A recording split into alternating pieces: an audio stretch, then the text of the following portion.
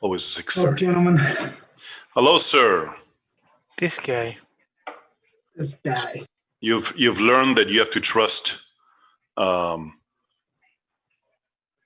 Beach JS and not JavaScript, right? Yeah. Did you say And that not Boca.js? Thank you. Boca.js says 7 o'clock? Yeah. You're lying.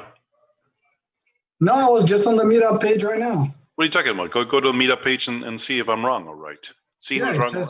Says 7 p.m. What are you talking about? Hit refresh. What do you have? A cache version? Something from last week? I just clicked on it. You're killing me. You're right.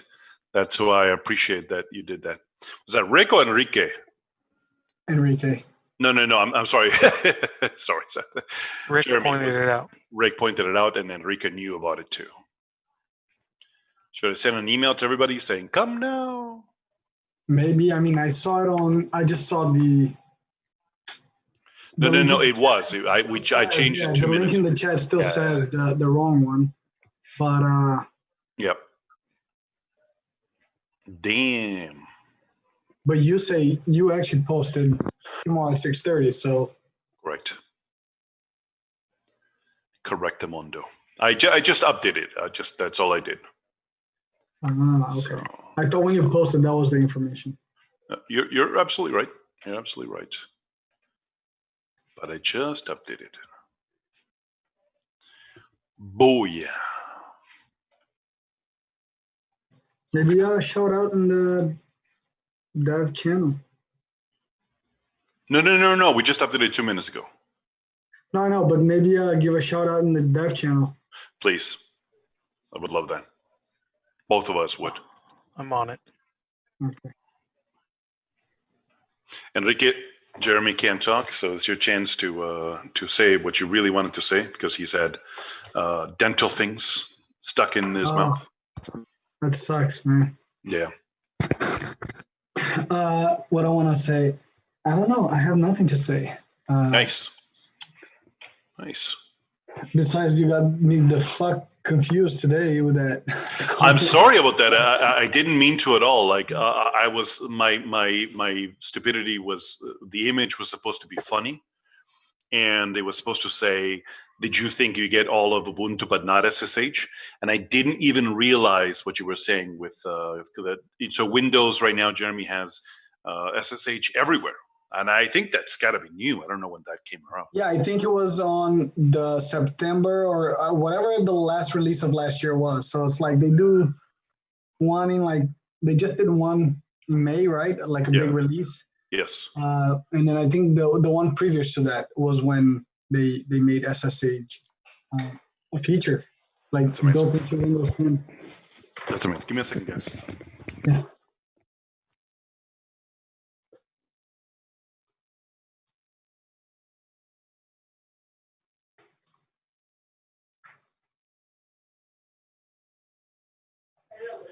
I love that. I love that because SSH is so useful. I don't know if you can do all the local run.me stuff. Let's see. Ooh. Get a little more fancy here. That's too much, right? And I mean, whoever, I don't know, you use a lot of a Windows machine. Are you using the new terminal? Yeah, I am. I mean, I have it installed everywhere, my local computer, work computer. I haven't had to use it, but it's there, ready to be used. Yeah, I mean, I was using Baboon. I've used other stuff. They were okay, but the new Windows terminal just has so many things. Like I created a profile with my SSH to the staging environment of my Magento Commerce Cloud. Yes. So when I click that, it opens up. I just gotta type my password, and I have a little Magento logo on the bottom right corner. That way, I can easily visualize that I'm in my Magento connection. I mean, it's just so much easier. It makes your life so much better. Fantastic. Yeah. Hello, sir. Damn, that microphone sounds good. Whoa, is it my microphone or my voice? Sorry, my friend. I know you. It's your microphone. I'll use this one that only the professionals will be able to tell is not actually hooked up. Hi, how are you? Can you guys hear me okay? Smooth jazz with Davey. That's right. Coming straight from you. You guys want to hear it? Let's see. Because that's a good microphone. What microphone is it, Rick? Is it something fancy? Or? It literally just came in the mail today. Hold on, let me get a box. Yeah, I just got it today. It's like super small and lightweight. That's why I got it. Yeah. This is it right here. It's called the Wave 3. It's from Elgato. Oh, Elgato. Those guys are amazing. They came out of nowhere, I feel. And they have all these wonderful stuff. Elgato. Yes. Elgato. So yeah, it's really, really lightweight. It's got a bunch of it's got a chip in there that does a lot of the noise reduction and stuff like that. It's pretty cool. I like it. Nice. Yeah. So this is literally the first time I'm using it. So very, very nice. All right. Let's see. Sorry, guys. I'll be right back. That is amazing. It sounds fantastic. Sounds very good. Can you guys hear me still? Yeah, we hear can. You just fine. Yeah, we can hear you. Yeah. You'll see me in a minute. Or maybe you don't want to. I wasn't going to say anything, but... Appreciate that. That's right. Oh, wrong video. Wait. That's not the right video. There you go. No, that's too much.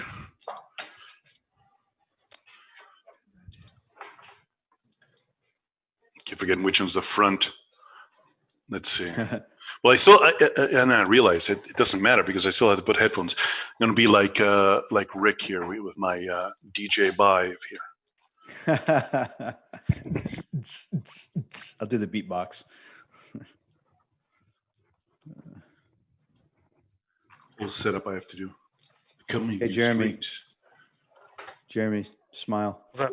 Oh, he's had some work done. Uh-oh. So yes.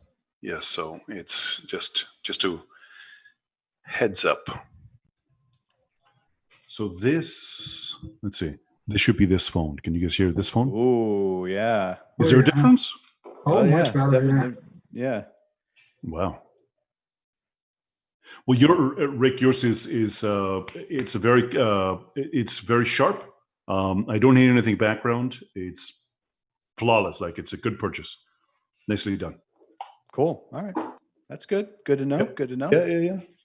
So, are you still doing your webcams, your web shows, the YouTube videos?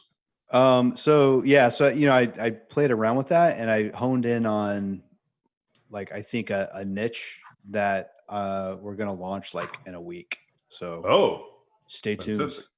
Yeah. Love it. Yeah. Sounds amazing. I changed the name of it to Friction Log. I don't know if you know what Friction Logs are. The one you were talking about before, where it was to do with testing and things like that, right? Yeah. User experience and dev experience. Yeah. So I changed it to that. So we'll see how it goes. Sounds amazing, guys. That sounds fantastic, Rick. It's a great idea. The last ones you did were fantastic. So good choice with those.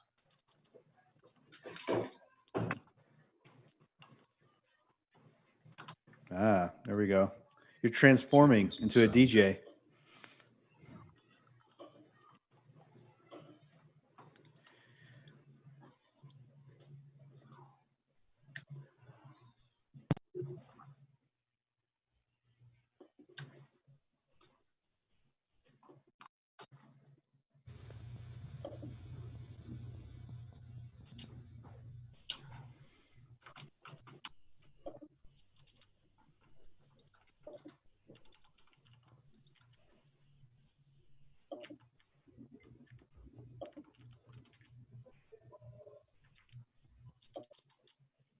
Welcome, Adam. I can see how this goes. I had to compete with Mr. Rick. Oh, it's at the bottom now? Is that better? Do you find it better at the bottom microphone? Or me? Yes. Is it more pleasant for everybody to look at you? I don't know if it sounds better or not, but I can just see my screen better because it's not my face. That's right. I don't know what you mean. Did you do the same thing? That's awesome. Yeah. Fantastic. Yeah. Okay, so let's do this.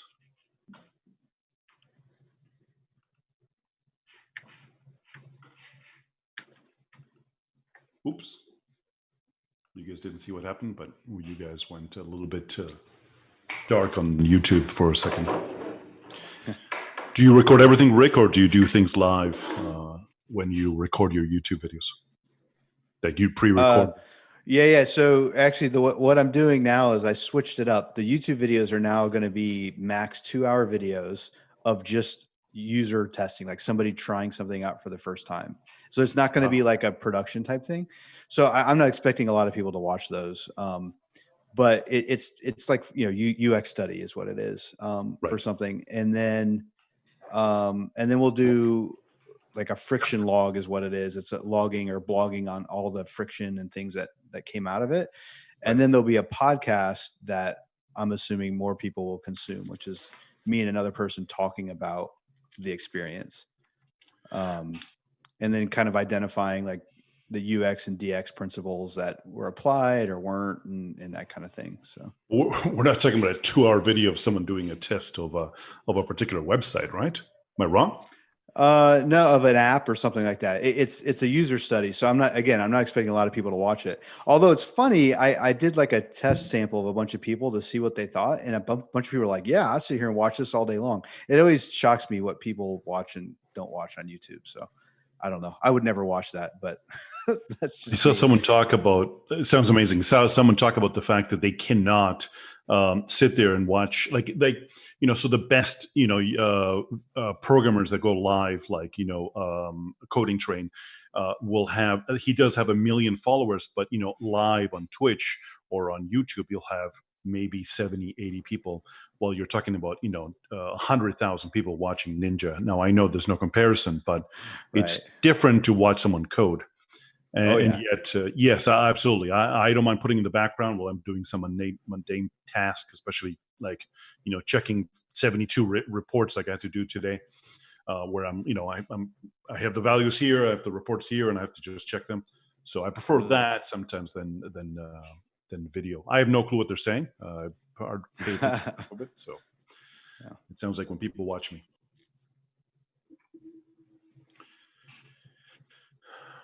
Anthony, Adam, how are you? Welcome. Hello. You left us. Enrique. Yeah, going back to the friction log, I'd definitely be interested in reading those articles though, because I think like for me, the 2 hours to invest is also long, but the articles with like a summary of that study and what came out of it, definitely I think would be incredibly beneficial for anybody that's in this industry. Definitely looking forward to it. Sounds great. Cool. Awesome. I did that for a friend of mine today. He had finally got a particular small app on the Android store, and I'll ask you guys all if you've had experience with that, especially you, Rick. That has. By the way, welcome, guys. This is Palm Beach JS. Jeremy has had some dental work, so he's going to be speaking a little bit less than normal. So I'll be doing the speaking.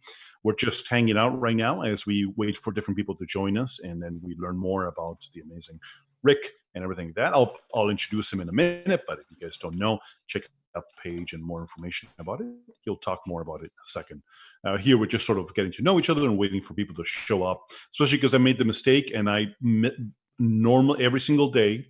Both of our meetups start at 6:30, but we sort of get here at 6:30, chat and a little bit. Well, just before the presentation, in this case from the amazing Rick.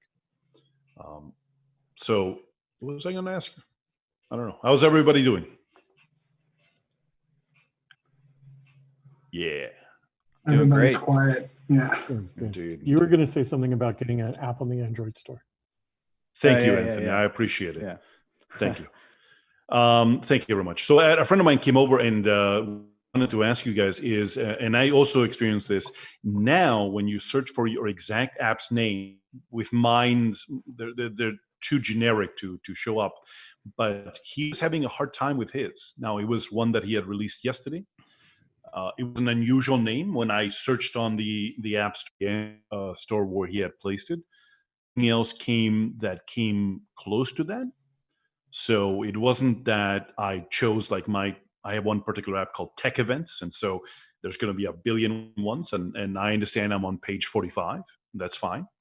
but his was an unusual name. It was Doogie or something like that. So it was unusual and nothing came up. Have you guys experienced that? And it's a late thing because I remember for forever I've been able to search for my app, even tech events, and I'm on the 45th page.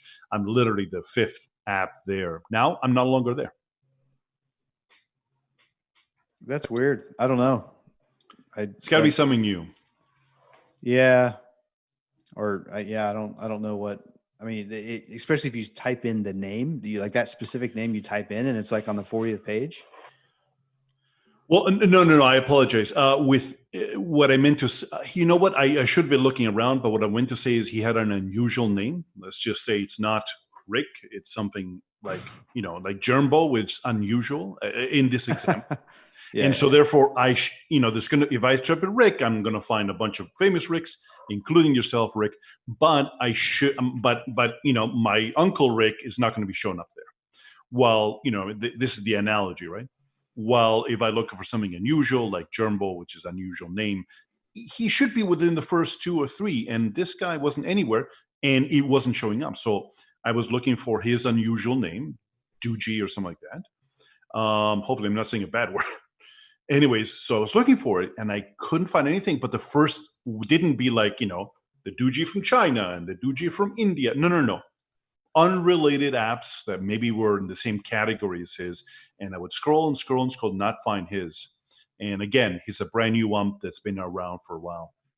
And for mine, one of them is the one from the South Florida Code Camp.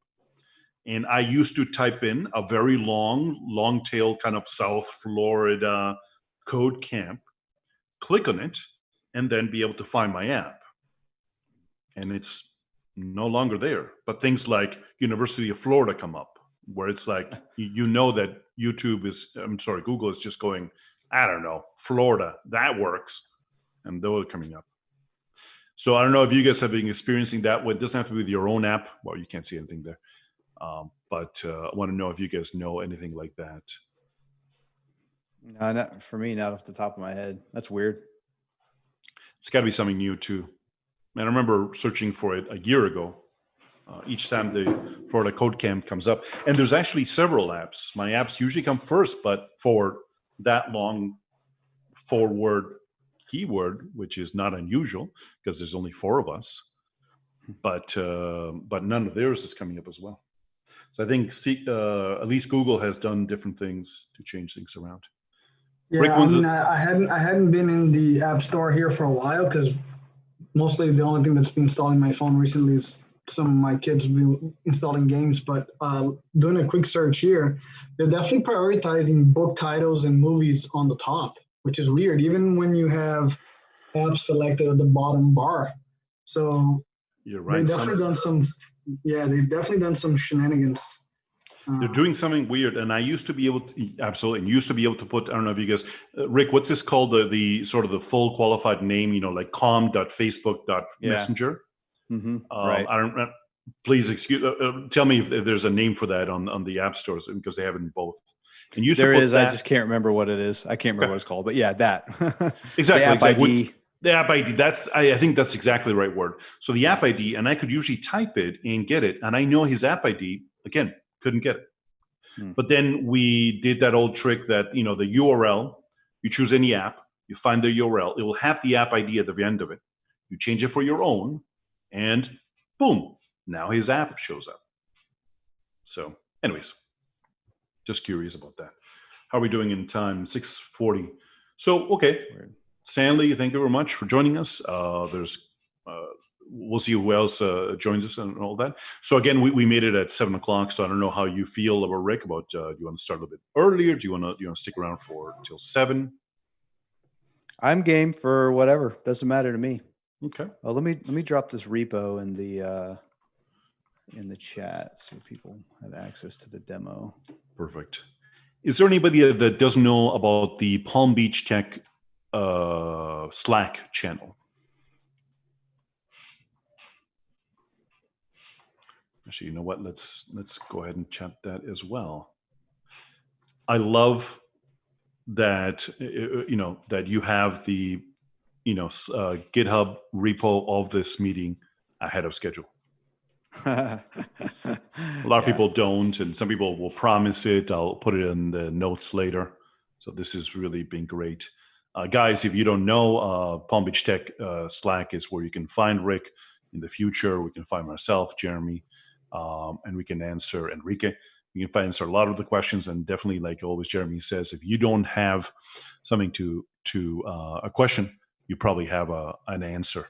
So go ahead and join us there, and make sure that you let us know what you thought about this event, what you want in the future. Again, please ignore the logo. Let's turn it on so you guys don't think I'm doing some advertising. There's two of me now. I was simply I don't have a camera. I'm recording this for YouTube. So in the future, if there is, if you're interested, you can check out more about YouTube there. Let's solve it like that. And so I was teleported to this location. So so let's talk about that. You guys, anybody here who's doing dashboards, who's doing portals for work? Who has that wonderful job? Yeah. I know Rick does. It's a fun game, Portal. It's a good game. It's awesome. Did you see that there is one which is it's the bridge building portal? Have you seen that game? Yeah. Uh-huh. I love it. Oh, it's amazing. So it's Portal, but you're doing also the bridge building. So I don't know. I just love these games that you press play once you build something, and then it has to figure it out through little things. Yep.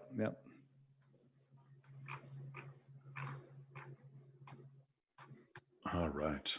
Well, it's 6:45. So there's no questions, no comments.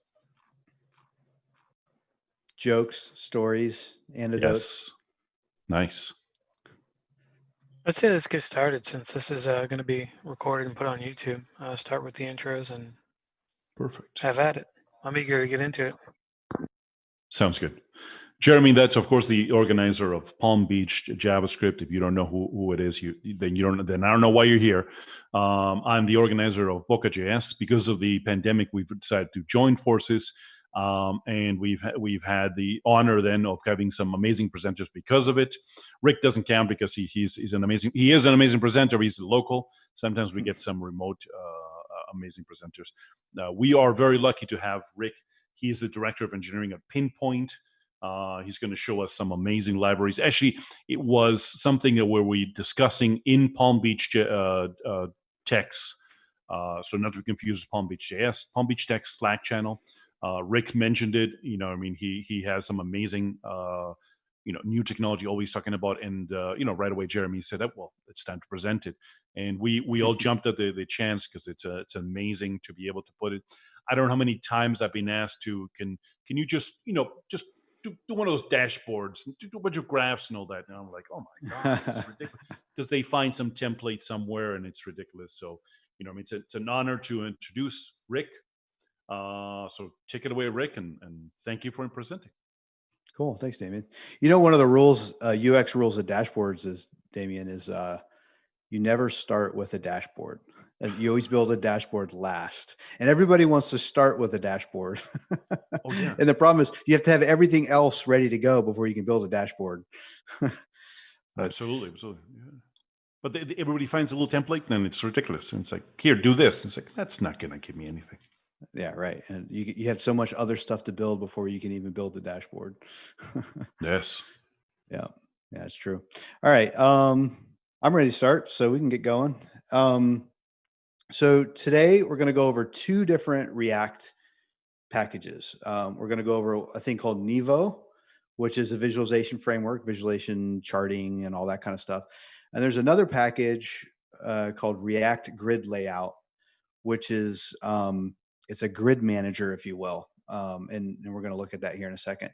So let me, I dropped a link to the repo in the chat, so you can play with that, goof around with it, do whatever you want with it. Let me share my screen here. And you see my screen now? I'm Yes, sir. sharing it. Yes. Let's Right, try cool. that without mute. Yes, we see it. All Beautiful. right, cool. And you're Is done. And you're done, right? I'm, We're I'm finished? done. Yeah. Oh, Great okay, talk, okay. guys. Great talk. Thanks talk. very much. Just Yeah, copy his stuff. A picture's worth 1,000 words, so I don't have to say any words anymore. So is the size okay for everybody? Yeah. Yeah, it That works. looks good. Okay, cool. Good. So this is the demo, which is in that repo. It's just a simple create React app. There's nothing special about it as far as app wise goes. I'll show you some of the files in a second. And the purpose of this is to demo the two components that I'm using at work, which are really cool components. Nivo again is what you see here in the charting library. And then the thing that manages this grid, which you'll notice, like I can like resize it, make it bigger, make this smaller, drag it up here. That's React Grid Layout. So we're going to talk about those two things. So the first one, let's just talk about Nivo for a second. So Nivo has this hilarious domain name called Nivo Rocks, Nivo.rocks. It's kind of I didn't even know that was a top level domain name. It's kind of cool. So this is the site you go to check it out. And it has a gazillion different visualizations. Like you can click on the little hamburger up here. You got bar charts, bullet charts, calendar, and heat maps, and lines, and the sunburst chart's actually really cool. I like the sunburst chart. So most what you would need for visualizations is there, which is great. And the other cool thing about what I really like about Nivo is their graphs are interactive. Their demos are interactive. So I can say like, oh, the offset site, I want to fill up everything. There's expanding. And then I want to change like the algorithm in which they draw the curves. And then you can like change the style to something else. And then, so all these settings adjust live as you're messing with it. And what's really cool is in the demo or in these examples is then you can click on the code and then you get the code. And as you're changing it, it actually changes the code too. So you get exactly what you see, you get the configuration out of it, which is pretty handy. I thought that was good for docs, and they give you sample data too. But anyway, they have that all over the place. Another really cool thing about Nivo is it's not like a lot of other charting libraries where you're like npm install some package and you get every single visualization. What they do is they separate it out by packages. So like if I go into my package JSON here, I'll show you, you'll see I have to install the bar chart. I have to install the calendar. I have to install the line chart. And they each have different versions too, which is kind of nice actually, because it keeps your bundle size down as opposed to some React visualization things where it's like, oh yeah, you increase your bundle size by 50 gigabytes. I just downloaded Call of Duty. No, you download a visualization chart. So that's nice. And then also the fact that they can iterate, it's open source, so anybody can iterate on these separately, which is kind of nice too. I like how they do that. So another really nice thing that they have is if you'll notice, well, the first thing is this is a responsive, you see it says responsive stream. So you can do normal charts, responsive charts. And then they have like bar chart, they have canvas charts. So then it generates it as canvas, and then responsive canvas. And they also have this, it's API, bar API, bubble API, calendar API. What's cool about this is it's server side. So they'll actually serve up a chart server side via an API. So you can send in parameters and things like that. And you'll get back a chart. And they have like a Heroku, really quick way. You just like click deploy to Heroku and it just spins it up for you really, really quick. So that's pretty cool too. So anyway, that's some of the cool things that I found about Nivo. And by the way, anybody can chime in at any time, ask questions, interrupt me, wonder about something, like feel free. This isn't. Yeah. So the API, you would host the API, right? It's not a service they provide for you, right? Right. Yeah, exactly. Okay. Mm-hmm. And it dynamically, well, it's just for the data? I don't understand what the API is for. No, it'll send back here. This is Nivo API, rendering API for Nivo on the server side is what it does. Yeah. So what is it coming back with? The HTML? With a chart. Yeah, with an SVG, or I think you can Got it. say SVG or PNG. I don't remember which ones you Oh, so it just comes up with a graph, like an actual Yeah. photo of what the finished chart is. That's awesome. That's amazing. It's like what is it? The CRM backend headless CRM. This is a headless bar charts. Yeah, Yep. yeah. It's super cool. I love it. But this Yeah, this so server there's- side is optional. Oh yeah. That's just a separate thing they have. Okay. These are all React components that you can install, but you can run the server if you want to. But that's totally separate. This is flawless. This would be perfect for emailing out things. This is amazing. I just got it. Wow, jeez. Yeah, it's pretty cool. And the other thing is too, there's actually another layer of examples. Like if you click on these recipes over here, it actually opens up the storybook, the React storybook, playground thing. And then they have like another 50 examples of different things. Like in this case, this is a bar chart example. And they're like, oh, you want to see markers? You want to see a custom bar element? You want to see, whatever, stack diverging bar chart. They have all sorts of examples. It's kind of cool. And of course, those link to GitHub examples too, so you can just get the code. So let me show you what that looks like in code. So you see, I've got a couple here. I've got this thing, I think it's called a heat map or calendar view. I can't remember exactly. Yeah, I think it's heat map. I'm sorry, calendar. And then there's bar chart. I don't know why I picked this really ugly color scheme, but I did. Radar chart, and then a line chart. So let's jump to the code real quick, and I just explain to you the little demo. Really quick, there's only really two places you need to care about. Like there's the app.js file, which has literally this component is the entire demo of the screen that you see there. Can you make the text a little larger, please? Yeah, good point. Presentation mode, right? How's that? Is that better? Better. Sweet. Yeah, so app.js has the demo, and then I separated out the visualizations into their own file just because I didn't want to clutter up app.js. So they're still hard-coded examples, nothing special about it. It's just, extracted as heat map instead of, I don't know, 50 lines of configuration for heat map. So that's the only two things you need to really know. The CSS stuff I'm using is Tailwind CSS because it's easy to set up and just quickly scaffold out that layout that you see. So I just dump that in there really quick. Nothing special. So with the visualizations, like let's go to the bar chart just as an example. Again, like I mentioned before, you can use a bar chart, a responsive bar chart, a canvas bar chart, and they really are responsive. Like check this out. Like you'll see if I move this, see how it just automatically adjusts. It knows. It's really handy. It's just like so much, it takes so much work out of it. It's ridiculous. Oh, that's right. I made that static. So that's nice. That is amazing. And then I'm not going to go over all these APIs, all the little configuration for this thing. I don't think I need to. You can go to the docs for it.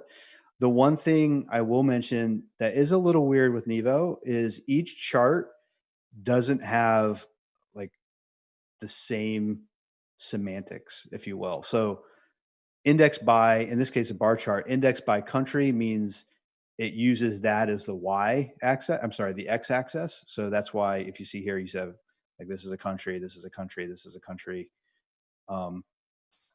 That's called index by, and it looks at your data and uses that as the Y, or the X index. I don't know why it's called index by, but that's what it's called. And then in another chart, it might be called something else. So that's a little odd that it's not congruent. But anyway, just know that. Same thing with keys. Sometimes they're not called keys. Sometimes it's not an array.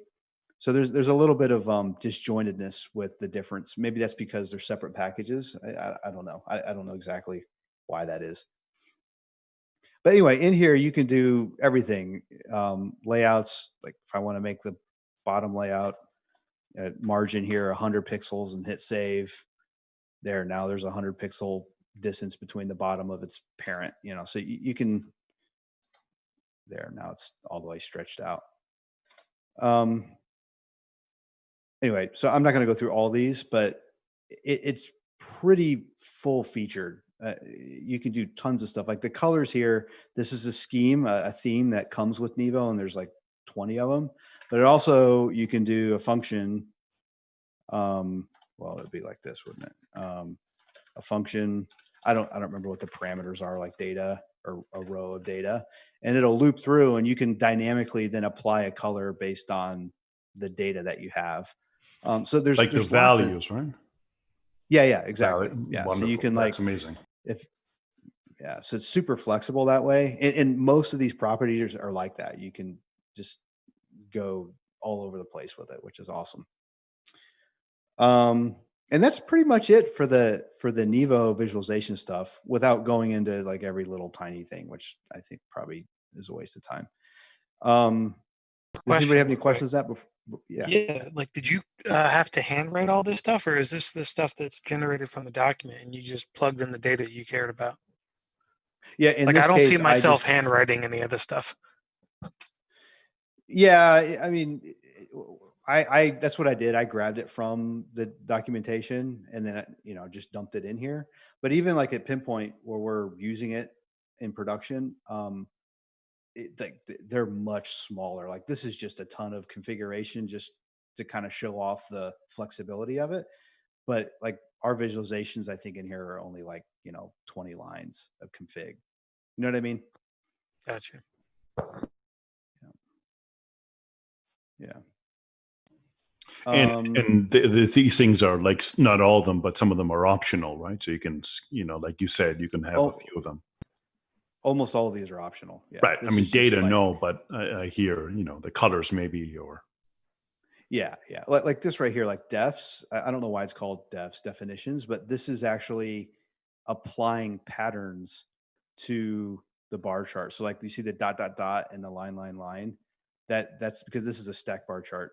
I'm actually saying, add this stuff and add this color and rotate it. And there's a functional type thing you can drop in here to dynamically like draw little SVG things. It's kind of crazy.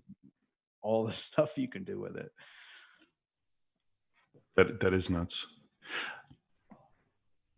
So we have a couple of different questions, but do we want to leave the questions until the end? You want to show us different things? Well, if we're kind of in the moment with Nivo, then we can talk about it now. For me, it'll be general questions like, for example, is this only a React? Yes, it's a React package. Okay. Perfect. And unless you do it to server side, if you do it server side, it's not. Absolutely, no question. That's it's revolutionary. With that, have you seen if you can do something other than SVG? Just because in my mind, this is like the API. It's beautiful for that headless graph where you could use, like you said, Angular or something else. But it would be like my mind stuck with email. Like I've had to send out graphs in emails. And I don't remember what we did. I think we had a third party similar to the API created for us. And this is as easy as it looks. This is revolutionary. Yeah, it's cool. I don't know about the other formats. I mean, the server's open source, so I guess you could add other formats. But I've never used it personally, so I don't know. Cool. Any other questions or?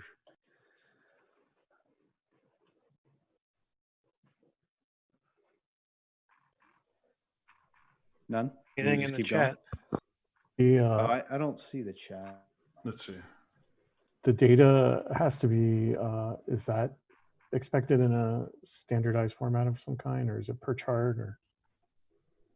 Oh yeah, so that's a good question. That is per chart. It's not standardized. Just like I was saying before about like sometimes this is indexed by and sometimes it's another thing. The data format's different. Like, okay, so like responsive bar chart, it's like this is one time series example, and then this is the data for it. Donut is this, and fries are this. But then if you go to the line chart, it's X and Y. This is different. That's what I was saying before about some of the formatting per chart is weird.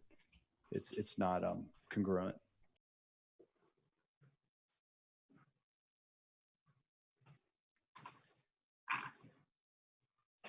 So I'm starting over here. I was just checking if there's anything in the chat and see if anybody has any questions somewhere else in the systems. But no, sounds amazing. How did you find the documentation? Did you find it easy? Yeah, it's pretty good. Like it answers anything that I've needed to know. I think has been in there. I think one time I had to go to GitHub issues and search for something, and then found some closed issue that answered my question. But most of it is in the docs or in the storybook playground. So I have a question here from a Rick Blalock, which to do with which licensing is it? Oh, I think it's MIT. That's a good question. Aha! You're the one who always tells us to watch out for these ones. I'm fired. Let's go check it out. License MD. Yeah, this is a do seems whatever. To be pretty open. Do whatever you want. Yeah. Oh, nice. Yeah, it's mainly MIT for lack of a better. Yeah. Or was the CC the common? That's another Creative one. Commons. That's Creative Commons. So that's. Oh, it says MIT on the right. Is that he chose MIT, or do you think it's just? Oh yeah, I guess you choose it. Nah, I remember you choose it when. Look, it even says it up here. Yeah. That's cool. Wow, fantastic. Limitations. There's no warranty. I can't use it. God damn it. It was amazing. We had I CC'd at you in someone's comment about that, which is licensing has been something I never thought about before. Especially like you mentioned, I thought GPL was just fine, but that was something just to that is amazing. We have a question from Zane. Are you going to provide real world examples? Yes. Use later. Well, yeah, I'm going to show you a real world use of it because we're using it in our product right now. So I will show you that here in a minute. I'm going to go through React Grid Layout first, and then I'll show that because it'll make more sense. Okay. All right. So the next thing that we're using for the demo, where's that at? There it is the thing that lays out this grid.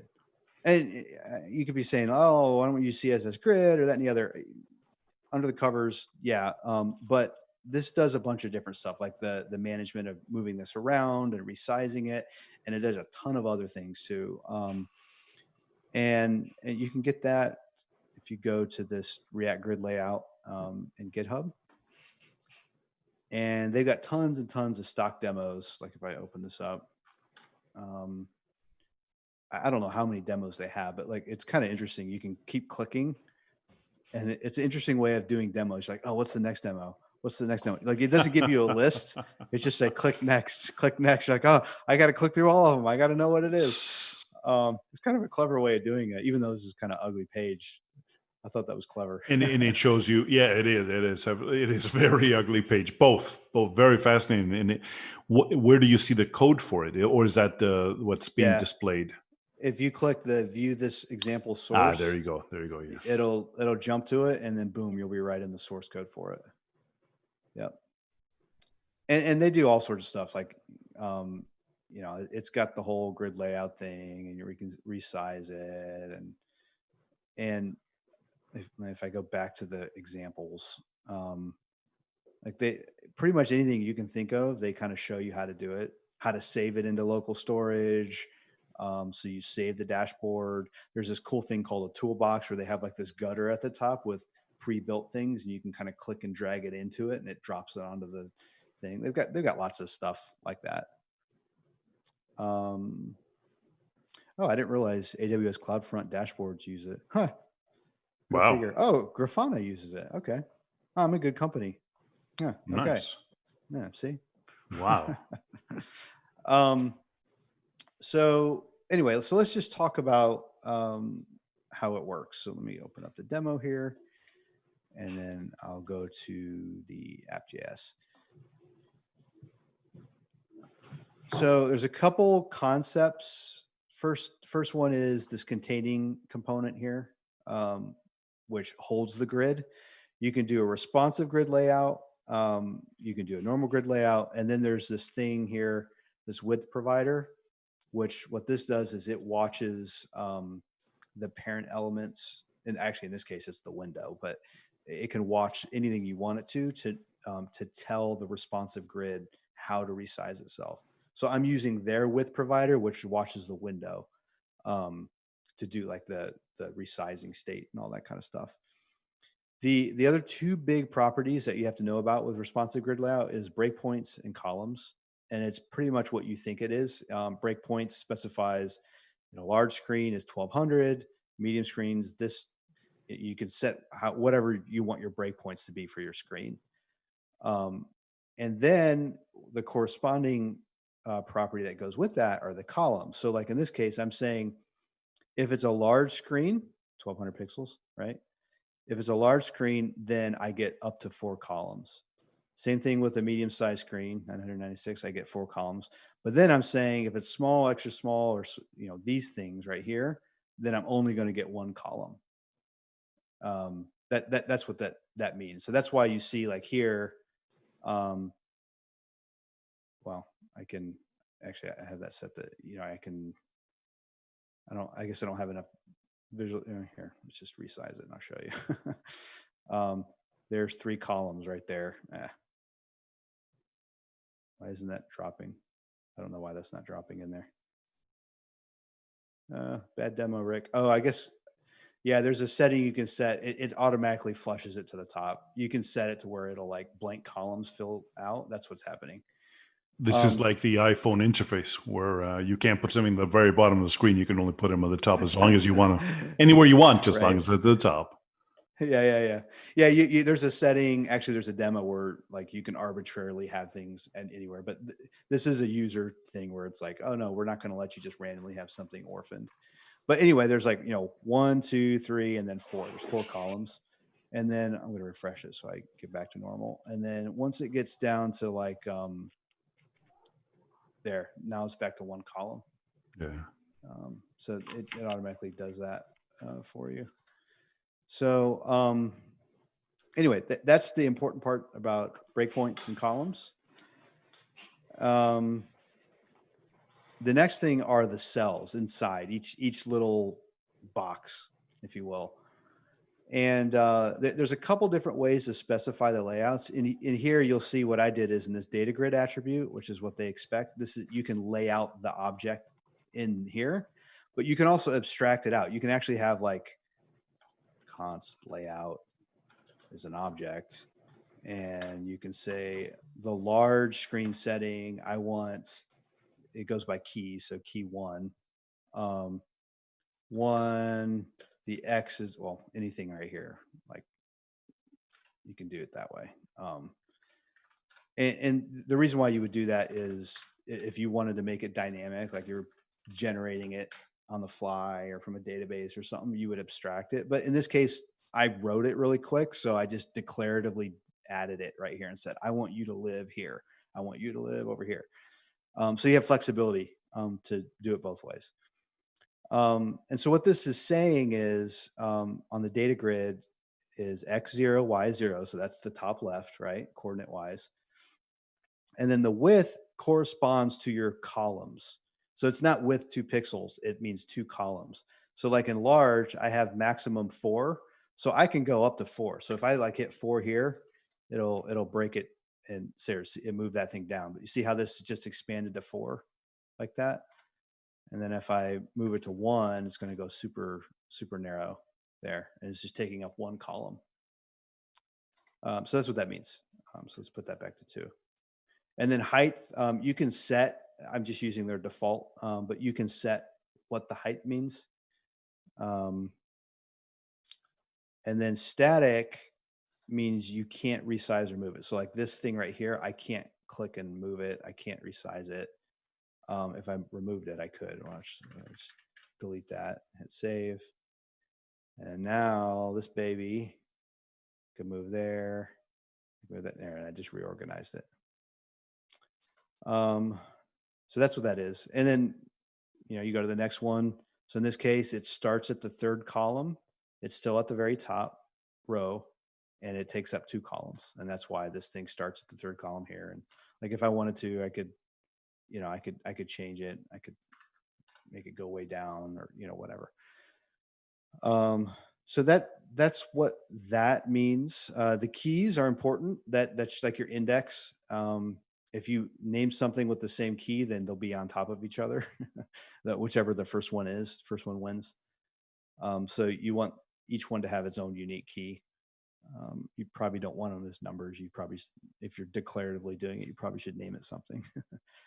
And that's it. That's literally all there is to it. There's lots of other properties that I'm not going to go into. Like, you can add, I think it's like on layout change, and on click, and on hover, and on collision, and there's all sorts of things you can listen to. One of the cool things, what we're doing is we're listening for the layout change, and we get the entire layout. So like all these grid cells, we get the change that happened on all of them, and then we save it on the user's profile, so that when he comes back to the dashboard, it's customized to how they saved it, which is really cool. Right. And Suzanne was asking about, how you in real world, you are using this currently in your application, right? Or several applications. Yep. That's exactly where I'm going next. Oh, I'm sorry. Does anybody have any? No, it's good. It's good. Does anybody have any questions specifically about the component before I go to Pinpoint?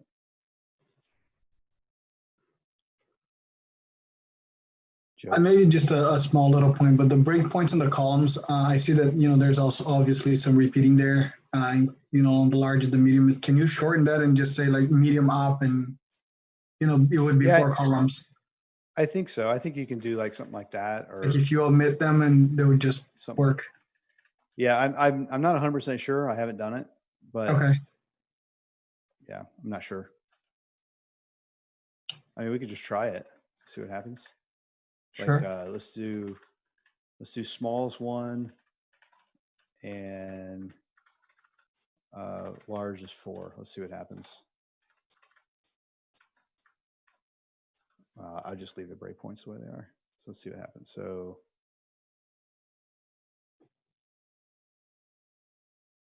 whoa. Columns entry for breakpoint missing. Okay. There you go. So I guess if you remove the breakpoint, it might still work though. Yeah. So let's do that. Let's do small and large like that. It's looking for that. Right. Key. All right. There it goes to 1. There, it did it. That's beautiful. Yeah. Awesome. Yep. What's the benefit of having this component do the layout and not you doing the layout? You know what I mean? Yeah. So the benefit is for the dynamic nature of it. Because you have all these different dynamic things, people are dragging things around and stuff like that. It manages. There's the layout manager, I think, is where the benefit is. But yeah, I mean, you could use CSS Grid and kind of roll your own. No, but I think you mentioned it because if they want it around, if they want the graph on the left and that whatever the pie chart on the right, and then they save it in yours, what you're doing, and you can save it. Well, the other one, you have to build a whole system for yourself, right? Right, exactly. Like there's this thing which is collision. Like it's saying I'm not, like, this is a setting where I'm not allowed to replace any of this stuff, only the stuff that's open. See how it's doing that? Yes. So, there's like stuff like that you would just have to build yourself. Yeah, this reminds me a lot of a library that Shopify actually has called Draggable. And it's just plain JavaScript, but this is like super powered, compared to that. It's pretty amazing. Yeah, I'm happy with it so far. Well, we need somebody to port this to Vue.js. Yeah. All right. So if there's no other questions, I'll go to Pinpoint and how we use it. So if you don't know what Pinpoint is, just real quick plug. We look at GitHub, Git data, Jira data, work and issue data, and we surface analytics and help with like we have a stand-up view, a planning view, where we use data science to pack your sprint. You usually say auto pack, and it'll say, we think this is what your sprint should look like. And, oh, you're over capacity, or you're under, or, hey, this sprint's at risk because of this, or whatever. That's what we do, that kind of stuff. We have this activity feed over here where you get everything that's going on in your company. So we do a lot of stuff like that. So one of the things that we have is called the team dashboard. We're a team. This is the team I'm on, NAN, not a number. We get to name our team, so we named ourselves not a number. So this is the team I'm on, and the team dashboard, the top part of this, where these little grid cells are all the way up, this is built on a framework we built to wrap both Nivo and the React out. And here's not editors to move, customize this yet. So like I can't click and move stuff around. I'll show you another dashboard where you can, but this one you can't. Predefined. And then in this framework that we wrapped these things with, which I'd love to open source one day. Hopefully we do that soon. With this framework, it lets us do two different things. We can build a screen declaratively, which is what we did here. I'll show you the code here in a second. I'll show you one of the tiles.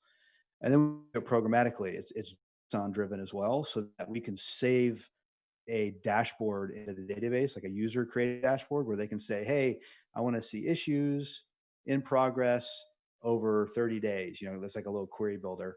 That's what we're working on right now. And then that'll save the JSON stuff, and then we'll generate a dashboard using this framework. So it's orthogonal. You can build it in two different ways. So the way we did it here is we have these like tile components that wrap all this stuff. I'll go ahead and show you some of this. I've got it. I don't know if this is relevant to you or not, but oh man, I got to sign in. Hold on. 50 million Gmail accounts. Now we know where you have 50 stars in all your GitHub repos. It's just we me. caught you. It's just me. There's a lot of Ricks that like Rick. I know. Yeah. Rick. Yeah. So this is our wrapper for that responsive grid thing, and then there's the grid stuff that I already showed you. Right. And then we have these components called tiles, and there's different types of tiles. And this is a custom tile. The bar chart is called bar tile, and they all kind of intelligently know how to do things. And then you can pass configuration to the visualization, and there's a legend here and stuff like this. Is kind of a verbose thing. But the point is you can declaratively build the dashboard versus just all doing it through JSON, which is what you find here. So this is all declarative. Then there's the other way to do it, which nobody can get to this right now. You got a feature flag for just Pinpoint people. And by the way, you can go to pinpoint.com and sign up for free if you want to try all this stuff out. Another plug. So in this case, this dashboard is built via JSON. And I have some samples of that just so I can show you here. Where's it at? Is it under public? Yeah, it's public. Pre-built dashboards, hello world. So this would be something we would store in the database for a user or for a team, depending on how they saved it. And so what the framework does is the framework loops over tiles, and it looks at the settings and it builds those tiles. And what's cool is in this part, each tile, it has a tile manager that manages its own life cycle. So it knows what data it wants to go get, and has a loading state, an error state, and all that kind of stuff. And the reason for it is because these are going to be all built by the user. Like a user is going to say, hey, I want to create issues that are closed and I just want to count. So they'll pick it in a query builder, and then they'll get this little tile here. Yeah, this is all draggable too, by the way. So that's what the tile manager is. So that's why you see in here we have this query thing. The user doesn't type this out. The little UI interface we're building generates this and says, okay, we're going to go get the issue. We're going to do a count. and it just knows how to do these kinds of things. And that's it. And that's how it creates this right here. Let me look at my notes here. Is there anything else? No, that's it. Rick, did you go through? Fantastic. Thank you very much, Rick. Did you go through different other libraries to get to this one? Was this one that was obvious from another project you worked on? So not for the grid stuff, but for the visualizations, we use, like if I go to Analyze and I go to Issue Workflow. So these are all the paths of an issue in our organization. So like it starts at open, and then in this path, it goes to in progress, and then to do, and then close. This is a super long path. Look at this one. Or like this is one with rework right here, right? So this is using, it's using ReactViz, which is another library that's pretty popular called ReactViz, V-I-Z. But what we found is, first of all, it was kind of large. And we only really used it for one or two things, and it wasn't nearly as flexible as Nivo. So it's still in our product because it's on this page. We just haven't migrated off of it yet, but definitely Nivo is a lot better, that I found personally anyway, on this. But is it like something that you had brought in, or you saw that the fact that this was not tree shaken, that it was, you got the whole kit and caboodle with this, where you just wanted this one chart type. You got everything from this library.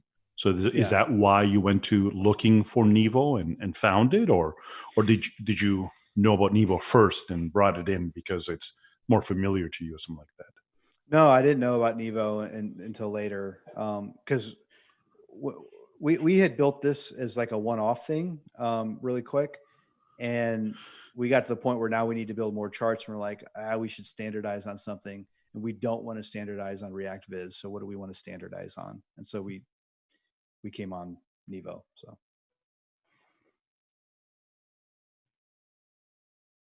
That's amazing. That's amazing.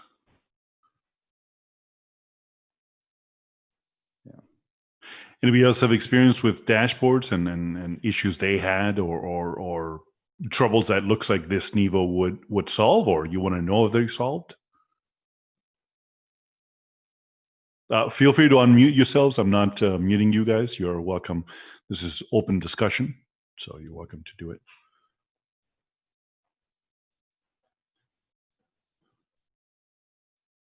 So another thing so this pulse here, this activity feed, that shows off the responsiveness of this bar chart and this area chart down here. Again, why we chose Nivo, because the responsiveness of it was so good. It flexes really, really easily on it. Which is nice. I love that interface of that. That it realizes its change and slowly changes. It's very pleasing. Yeah, exactly. And it's customizable. If we wanted to adjust like the spring and bounce and the animation, customize all. Right. Remember, that was the things that people really loved about the original iPhone, was that elasticity at the very bottom of a long search when you scroll up and it seems to bounce at the bottom. And that's beautiful.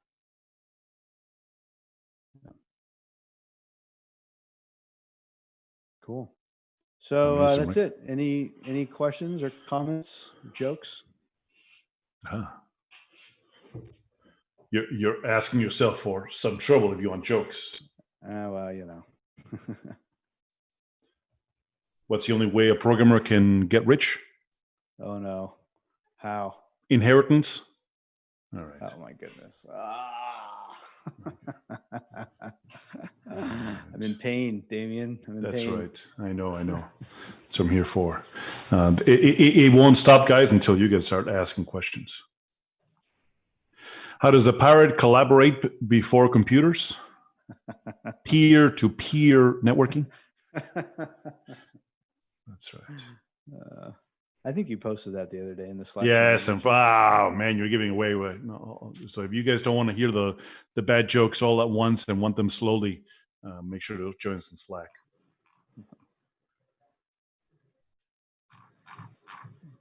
So recently I was on a project where we used Material Dashboard Pro React, which itself is based on a React framework called Material UI that I guess takes inspiration from Material Design. But we didn't do a bunch of charts and stuff. We were using it more as a quick way to get a menu system and a few pages of stuff that we needed. We're actually building a virtual conference platform. But it was interesting. It was a little bit difficult to customize some of the things, especially visually. But probably given some additional time, that could be figured out.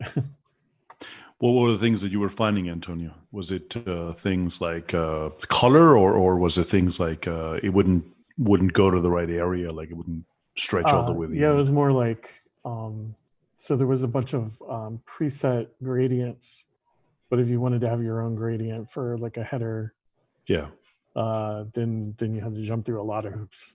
Oh yeah, I hate those things. Added. Absolutely fantastic. I was thinking, I've used a lot of bar charts and things like that, and it's it's just amazing what you can do with the different the different formats and all that to make it really jump out and make it beautiful and make it interesting for people. But you're right. If it's something where it makes a lot of choices for you, then you're stuck with those, and now it looks great, but not with your format, with your look, with everything else. So that's a problem. Cool.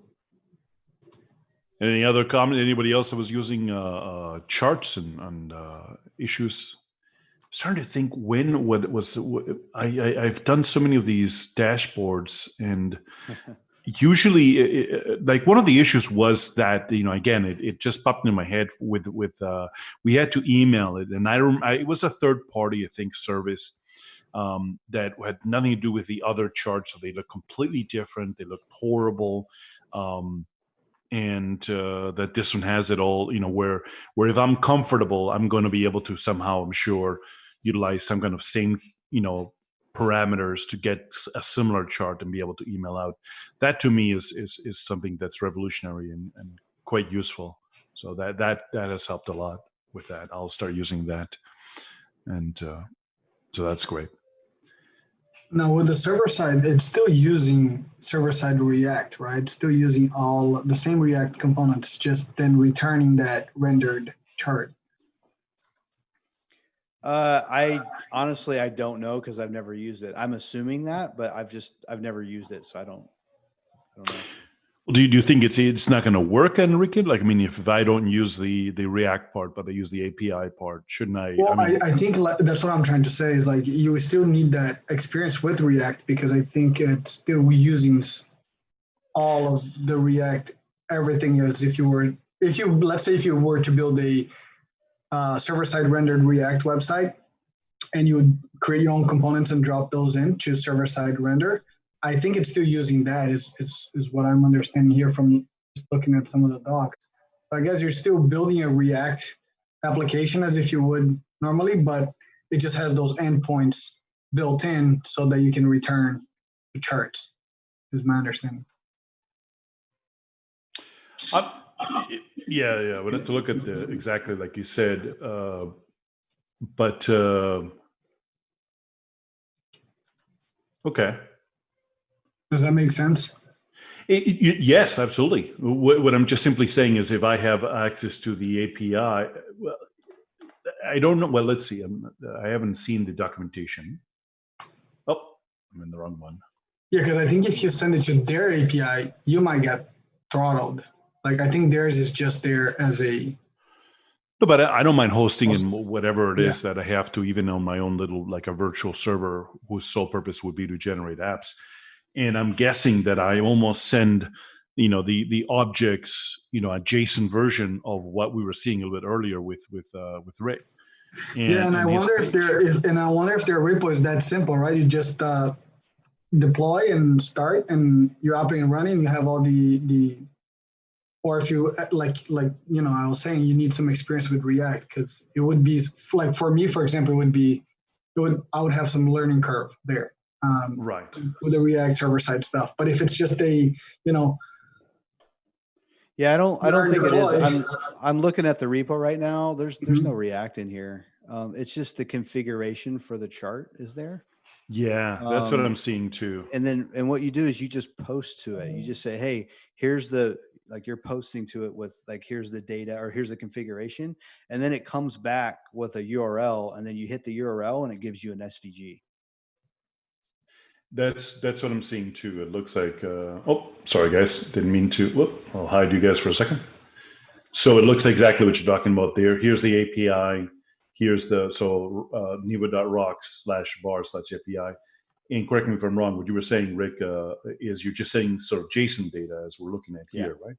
Yep. And then we get something back. And and you're right, Enrique. I would not want to use their API. I could, I guess, but I would not want to use theirs. And hopefully I can host it. And like you mentioned, if it's easy to set it quickly up on a server, that we're, a little VM somewhere that can just do this stuff. And boom, there's my SVG. So let's look at that. Yeah, and it seems like you can. I'm looking at the repo for the API right now. Yeah, it's just like a React, or an Express app. It's just a simple Express app. Nice. And this so I'm guessing it comes back with, it came back with the SVG. So now I could utilize that. I would have to figure out what it is that if I could put it in the email. Again, I'm stuck to that because that's how I would use it. That's something that I've had to use in the past, and I've had this as an issue. That's fascinating. I'd never even thought that they would have built something like that. I guess, this library, does it require a backend?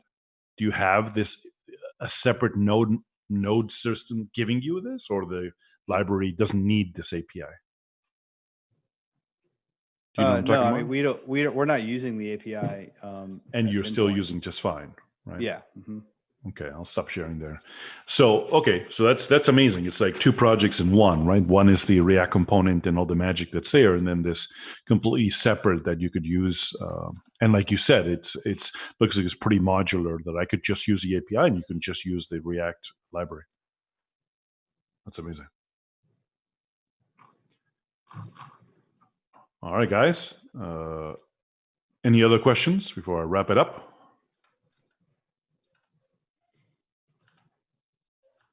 I'm good.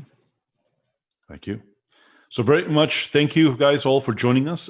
This has been recorded. It goes live on my particular channel, the one that you see on the top. Well, it says I'm YouTube. It's the other way around. I'm the other guy. This goes on live on youtube.com/bokeh.js. This has been Palm Beach JS, so meetup.com/palm-beach-javascript or palmbeachjs.org. Come join us. You'll have amazing presenters with amazing subjects. Do join us next week if you can for bokeh.js.org's presentation. I don't even remember what it is that we're presenting here.